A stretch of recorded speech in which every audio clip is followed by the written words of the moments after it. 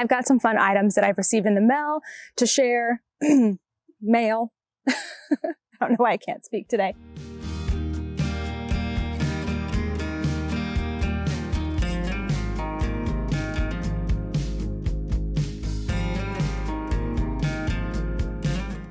Hey everyone, it's Natalie, also known as Knitty Natty. Welcome to episode 239 of the Love in Stitches podcast.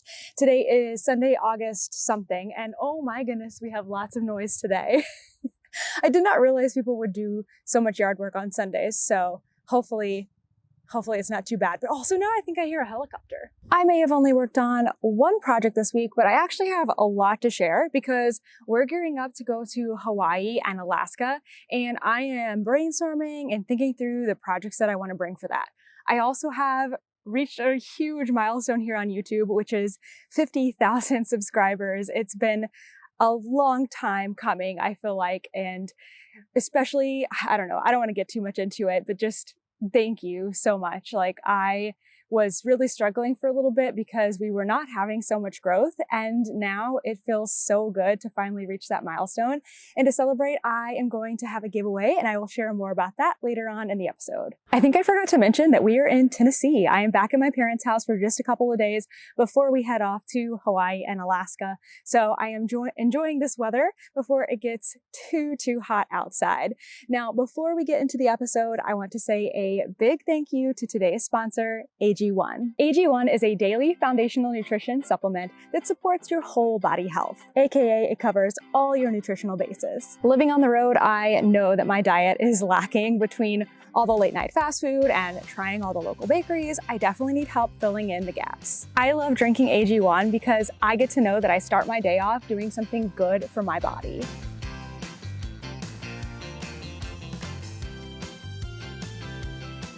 Whenever I saw people drinking this, I always wanted them to tell me how it tastes. So I'm gonna tell you how it tastes to me.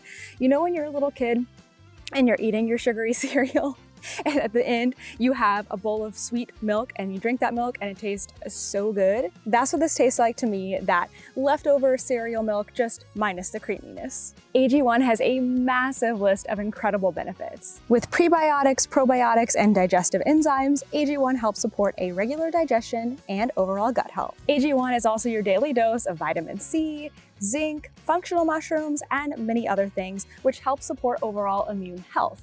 Much appreciated when we are meeting new people and on the road all of the time. There may be a lot of dupes out there, but there is only one AG1. They're the first ones to pack this much nutrition and gut health into one powerful scoop. Go to drinkag1.com/nittynatty to get a 1-year supply of vitamin D plus 5 travel packs with your first subscription. Thanks again to AG1 for sponsoring today's video. And now back to the episode.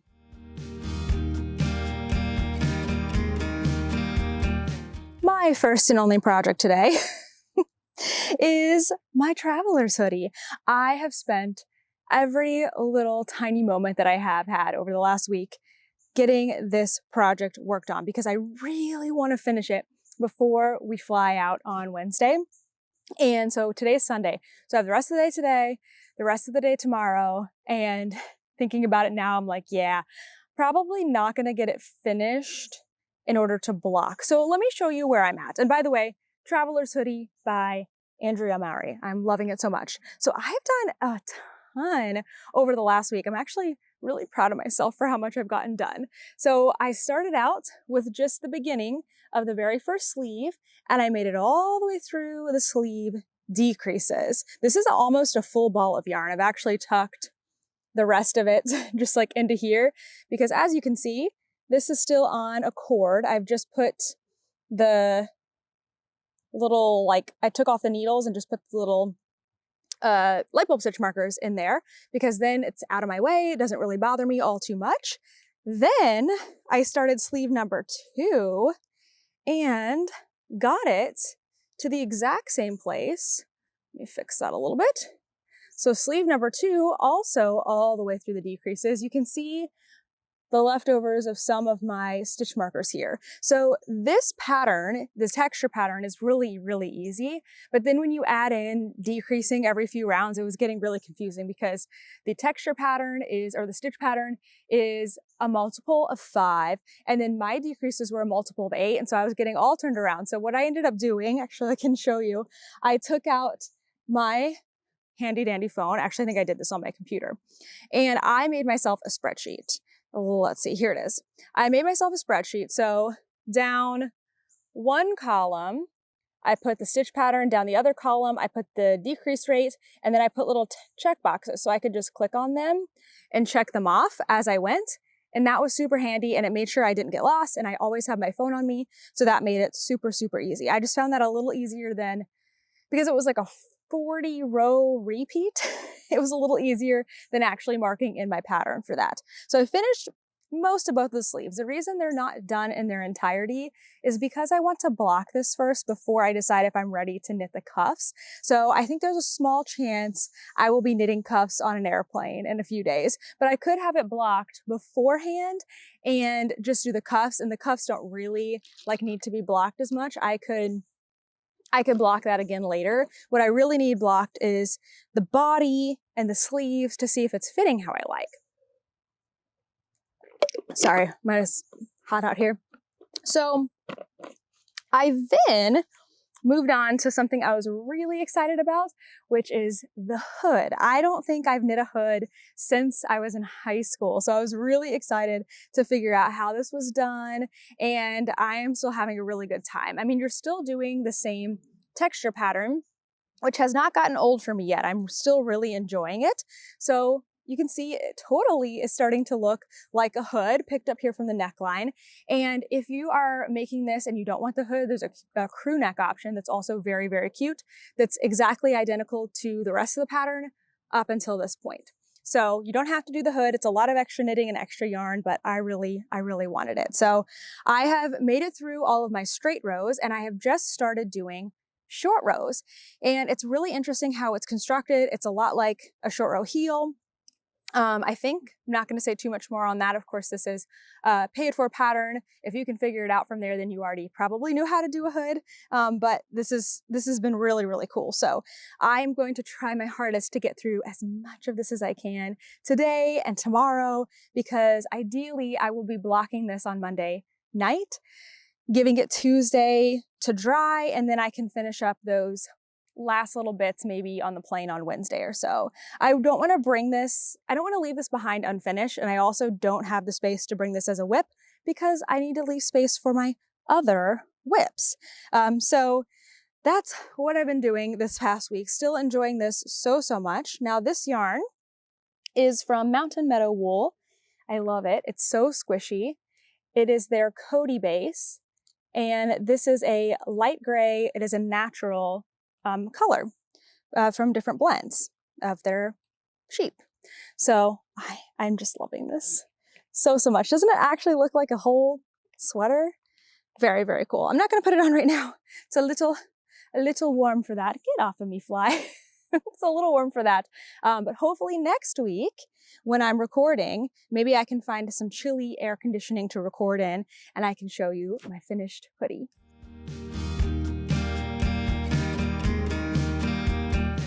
Speaking of future plans and what I'm going to bring on this trip, I have been thinking about this all while we're along on the road. And when I got back to my parents' house, I was able to grab the yarn that I need for my next project because I have it all nicely kitted up. So this is going to be a color tip tee. So when I was thinking about what I want to bring to Hawaii and Alaska, I have limited space, but I also have a lot of time. We're going to be gone for about 2.5 to 3 weeks, and that's a lot of knitting time. So I needed to kind of think, what's the right balance between amount, like volume of, like, I guess the yarn and bags and all the things, volume, and then amount of knitting. Like, what is going to be the smallest amount of yarn, but the most amount of knitting that I can get out of things? And I figured a t-shirt would be a really good move here. So I've had the Color Tip Tee by Emily Curtis in my queue for a while now. And in May, at the end of May, we were at Farmer's Daughter Fibers in Montana, and I got this gorgeous yarn. Let me pull out the different colors that I picked so I can put my bag down. So this yarn is really cool. And actually, the last time I talked about it on the podcast, I pronounced the name of the base wrong. It's, now I'm going to blank on it again. And I just made sure I went back and watched our Farmer's Daughter tours so that I could hear how Candace pronounced it. I believe it's Sokapi. I think that's right. Sokapi, and it means good in Blackfeet. That's what Candace taught us. So this is a really unique base. It's a single ply, 100% non-superwash wool. I've never worked with anything like it before. Montana and Wyoming Rambouillet. It is a fingering weight, 248 yards, I believe. So I have 4 colors here, and you can do lots of different colors in this Color Tip Tee. My main color is going to be this nice kind of beigey tan color. It is called Nappy. I think that's going to be really nice. I've got 3 skeins of this, and then these are all my contrast colors. So I can't remember what is for what, because you do contrast on the neckline, the hem of the sleeves, the bottom hem, and then the pocket. And so I had some kind of plan. I took a picture. I'll figure it out in a few days, I guess, when I get to it. But I love these. So I've got a peach color. This one is called Dumplin'. This one is called Big Sky Sunset. And this one is Lil Wapiti. Anyway, they're all beautiful together, and I'm really excited to make this. Like I said, I've had it in my queue for a while. So I was thinking, how am I going to fit in swatching and blocking a swatch when I've been putting everything into this sweater to get it finished? And I've come up with a solution. We are planning to go to the movies tonight. And at first I went, oh gosh, no, I don't have any movie knitting. I love being able to knit while I'm at the movies. I just find it keeps me sitting stiller. It makes me feel like I'm being productive. I mean, not that you have to be productive when you're at the movies, but for me, it just calms something in me. And I knew I couldn't work on my Traveler because it's in a place where I need to, well, I'm doing short rows, right? 1, I'm doing short rows, and 2, I couldn't figure out the different texture stitches. So I thought, aha, I will take advantage of this time by getting some of this yarn wound up and knitting a swatch. And that way I can go ahead and block that. I will have the information I need to get cast on while I'm on my trip. So, this is just the silly things that knitters think of, right? I'm feeling quite smug about this, even though, you know, I was really humbled this morning by how long it took me to find this, probably about 15 minutes of searching, even though I just organized it and put it away 3 weeks ago when we were here. I'm bringing one other project with me on this trip because I wanted something that is completely easy knitting, something that's a lot more portable. And at first I was thinking, well, I'll do some socks. But then, you know, socks really aren't that much knitting in terms of like how much of a skein you use.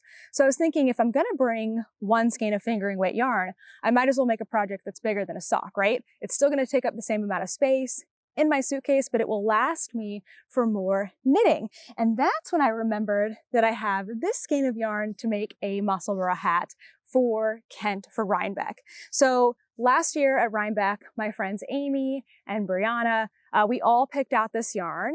The colorway is called It Comes in Pints, which is a Lord of the Rings reference that I don't fully understand, but all the guys liked this color. So we are making them matching hats. I don't think all their hat patterns are going to be the same, but they will all have this color. So I thought this is the perfect opportunity to get this wound up, get the Musselburgh hat started, and I can work on that as my easy knitting for while we're on our trip. So whenever I am maybe walking about or need a project to bring along with me, I will have something easy to knit. So these 2 projects will be getting cast on here in the next week or so. I don't know if I'll have them fully cast on by the time we leave Wednesday morning, but I do hope to have them wound, prepped in their project bags, and then very snugly fit into my bags.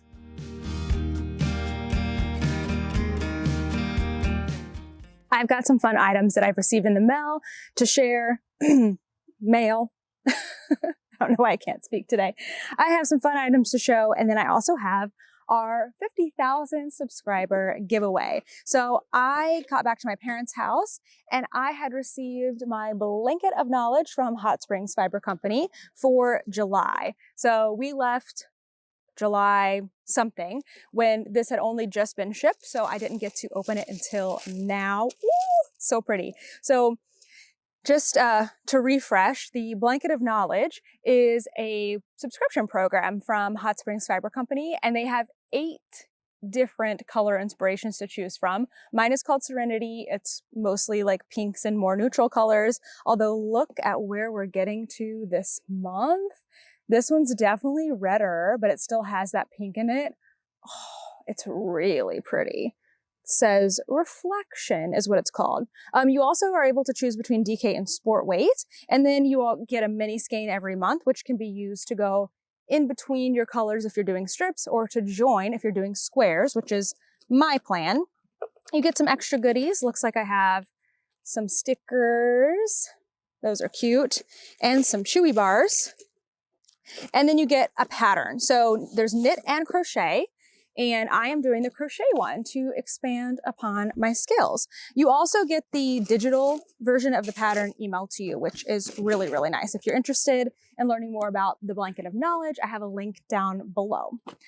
Okay, I also received some bags from my friend Bethany of The Wandering Pearl. She gifted these to me, and she sent me a couple to give away, or one to give away. So I can't wait to share it with you. So first, so cute.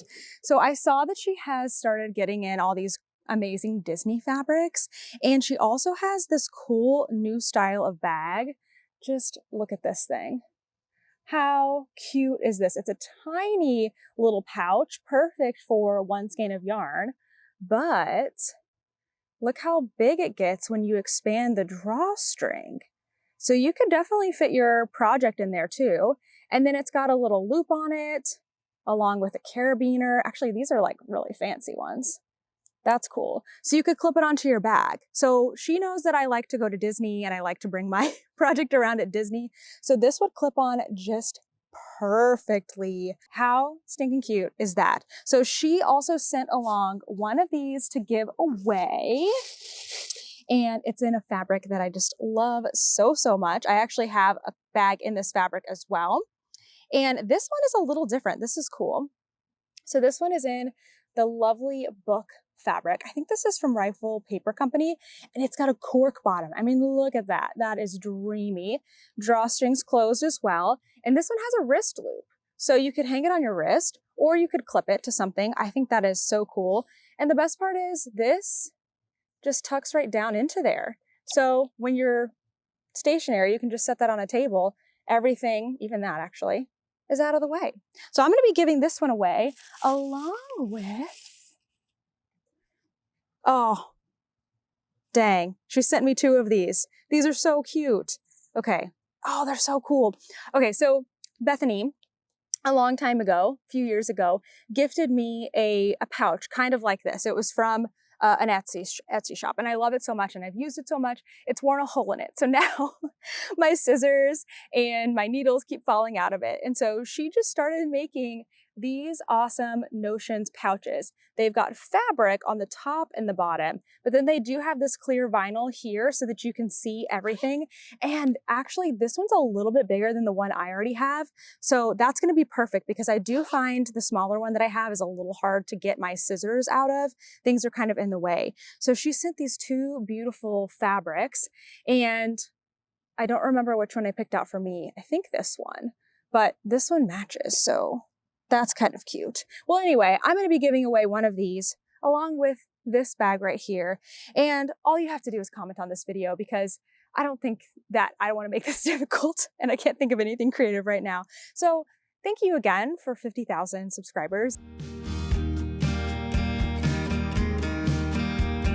This week was no different in terms of just absolute chaos, and we're running around doing a million different things. So we started off our week in Nebraska, which, you know what, I just realized I forgot to go back and write down which state number that is. So let me just take a look in my little handy dandy sheet here.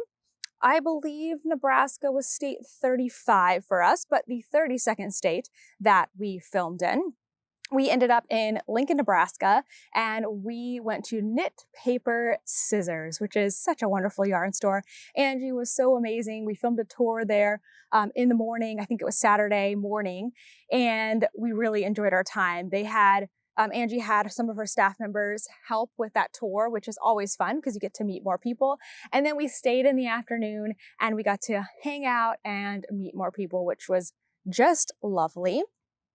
Some of the wonderful things they have at the store, there's so many things, and you're going to get to see it when the tour comes out in about a month or so.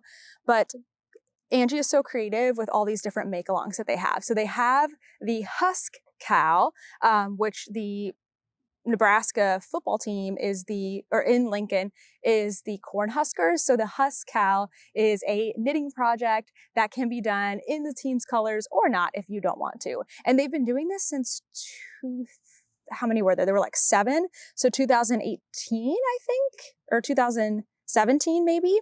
But they had all of their products displayed because they were getting ready to reveal the 2024 pattern and kit. A lot of these patterns they've had staff members design themselves. So they are like a super local thing. So it's designed by a staff member. Some of the time this year it was.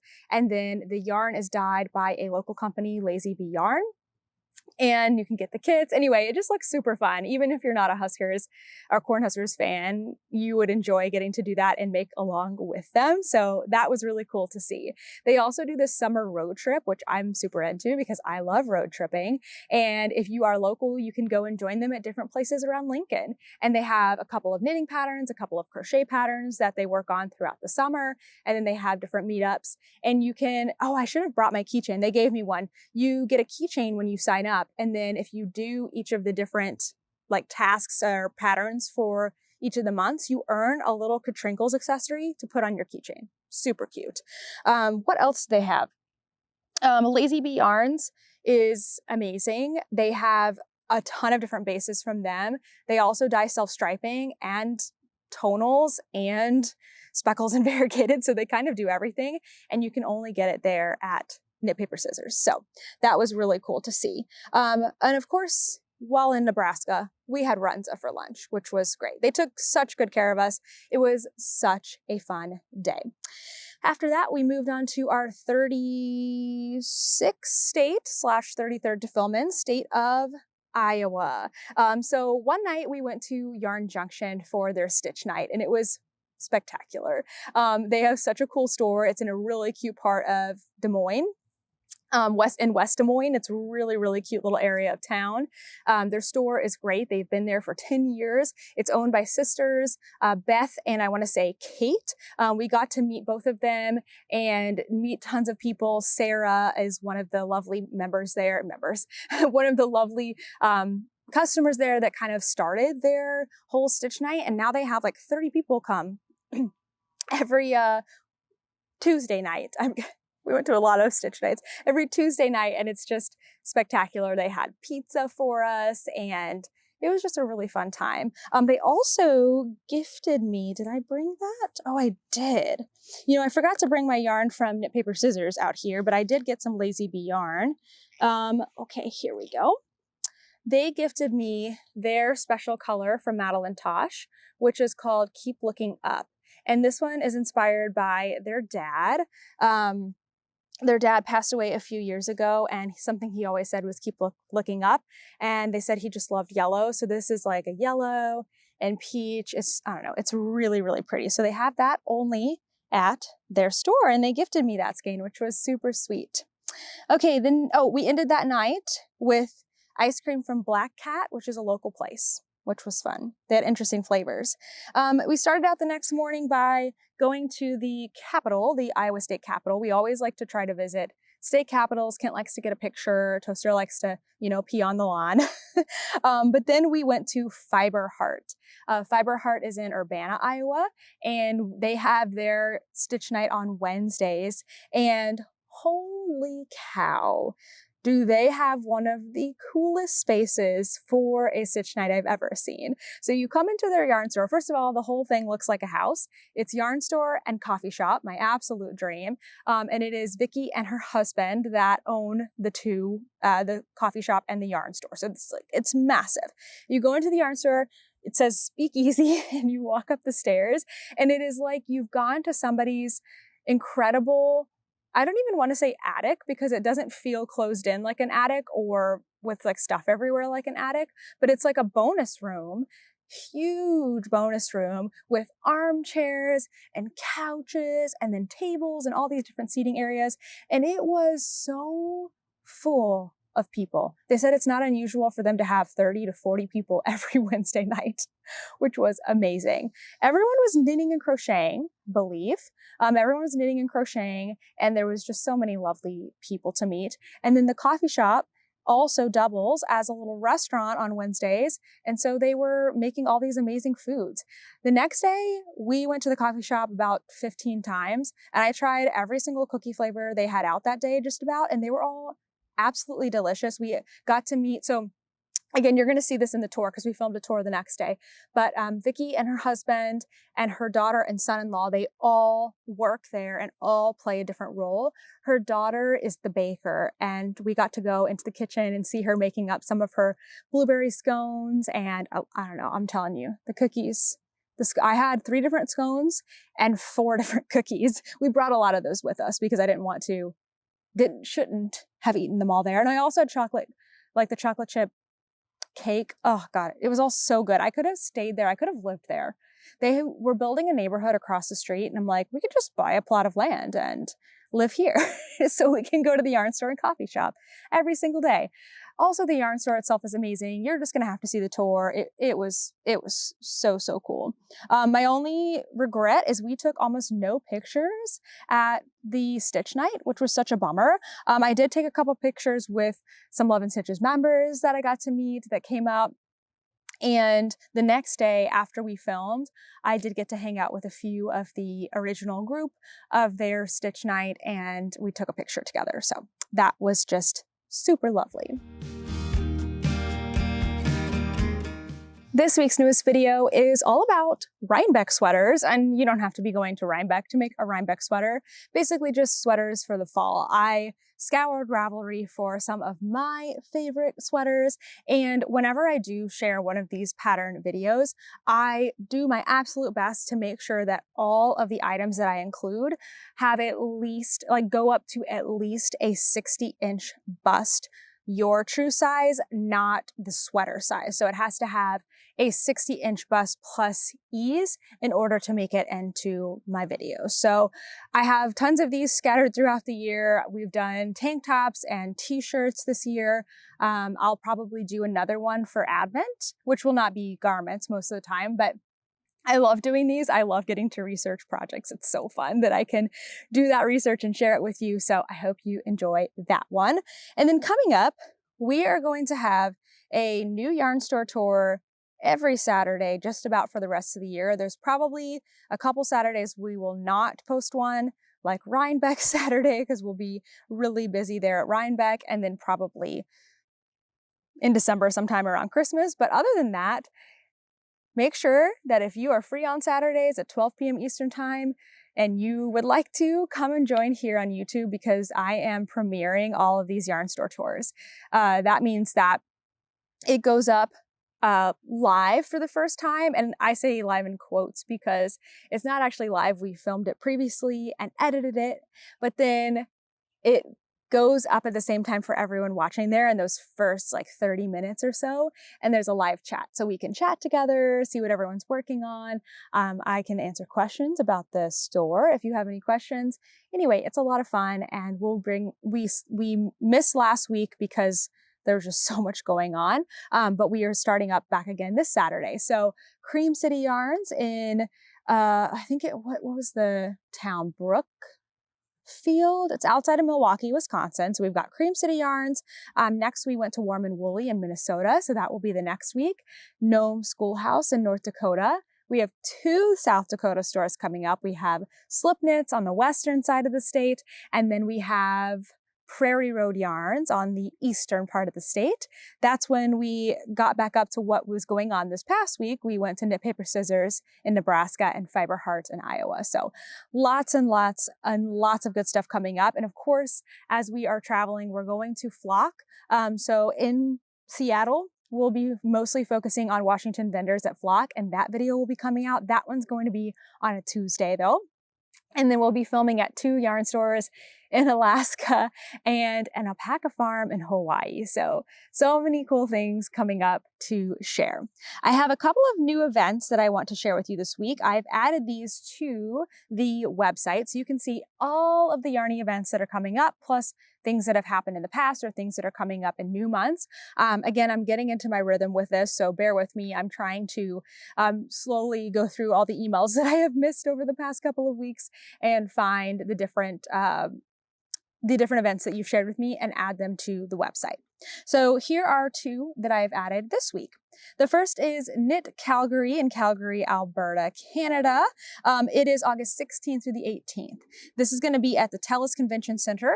There is a marketplace on Saturday and Sunday, and then it looks like there's some maybe classes or demonstrations or different things on Friday. They have a great website though, and it will be linked. I'll link my event website, but then you can find the information for Knit City. Did I say Knit City or Knit Calgary? For Knit City from there. The other one is the Fall Fiber Festival in Hopkins, Minnesota, November 2nd. This is on a Saturday, and the organizer, Jessica, is actually the one who reached out to me. So I'm just looking at my notes here. She said, it's the first Saturday in November every single year. Admission and parking are free. We have vendors selling everything from full fleeces to finished items. So again, head to knittynatty.com, go to Yarny Events, and both of those will be linked in there. All right, everyone, thank you so much for watching this week's episode. Thanks for bearing with me through kind of the craziness of the beginning. Got a lot calmer as we went, which is good. Next week, I'll be joining in from Seattle, and then I think we're going to try to film podcasts in Alaska and Hawaii. So cross your fingers for me that the environment is quiet. No, I think it will be. We'll be in some Airbnbs and that the internet is good. Thank you so much for watching, and I'll see you in the next one. Bye.